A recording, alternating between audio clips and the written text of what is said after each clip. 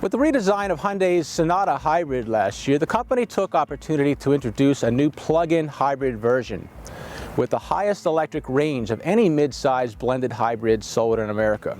How does it stack up? Let's take a look.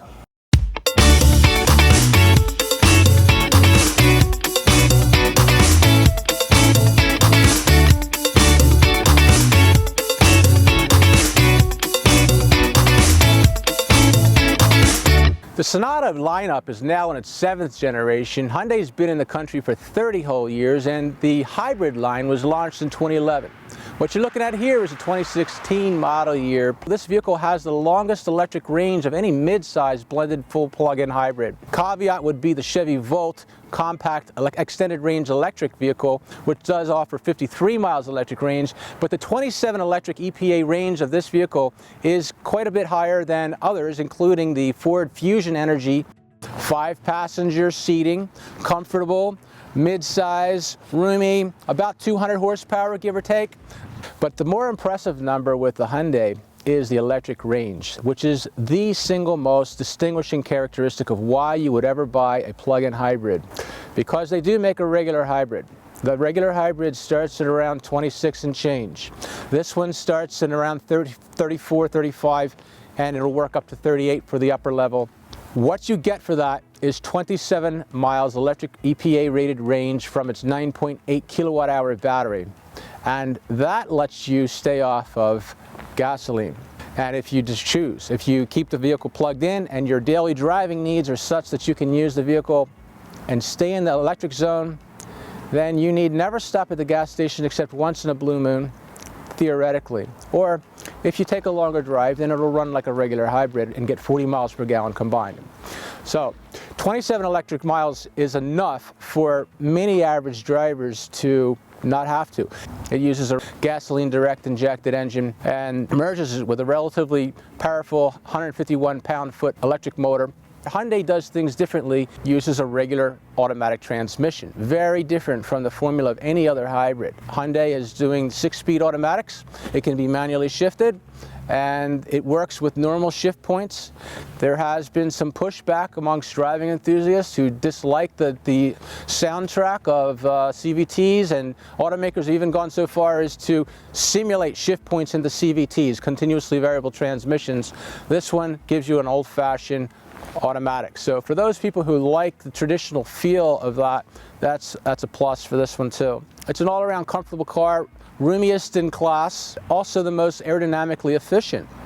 The coefficient of drag on this vehicle is a chart-topping 0.24, which is equal to the Tesla Model S. The limited edition that we're in stickers for $39,610, and for that it's a relatively nicely appointed vehicle. The materials on this vehicle are a combination of soft touch on the doors with some hard touch as well, strategically placed throughout, leather-wrapped heated steering wheel in this case, heated and ventilated leather perforated seats. We have the vehicle in EV mode. Electric mode means that if you don't give it too much gas, it'll just run off of the 9.8 kilowatt-hour battery and spare the engine.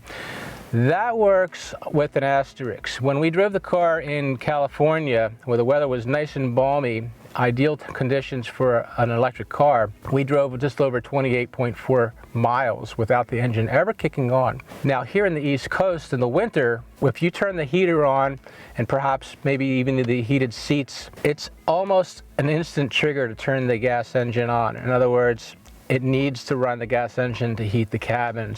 Not only does cold weather have an effect on ultimate range of a battery, it also demands the engine to work because you are requiring heat that can only come from the engine. The vehicle has multiple settings, of course. In this case, EV Eco. And the Eco sets back the throttle mapping, and you can tell the difference when you have it in Eco. It's less aggressive and it's for maximum economy. This vehicle has another really neat feature that is unique amongst all plug-in hybrids. The Chevy Volt doesn't have it, the Ford Fusion Energy doesn't have it, the C-Max Energy, none of them except maybe the Porsche and a Volvo do. This car allows the engine to directly send current to the battery at a very fast rate. It recharges at about 50 miles range per hour, which means you can go from a dead battery to a full battery in just a little over half an hour of driving under correct conditions, highways best. That's because it's dumping 50 kilowatts at 360 volts straight DC to DC, bypassing the onboard charger, which is just a 3.3 kilowatt charger, very fast. It's nigh unto having a level 3 charger built into the car. Now, some companies don't do that because it burns gas to do so. And it does. It takes extra energy. You could be sitting there idling, and you'll still see from your energy flow that the engine's idling a little high and sending current straight into the battery. Hyundai's done a nice job with quieting this car down.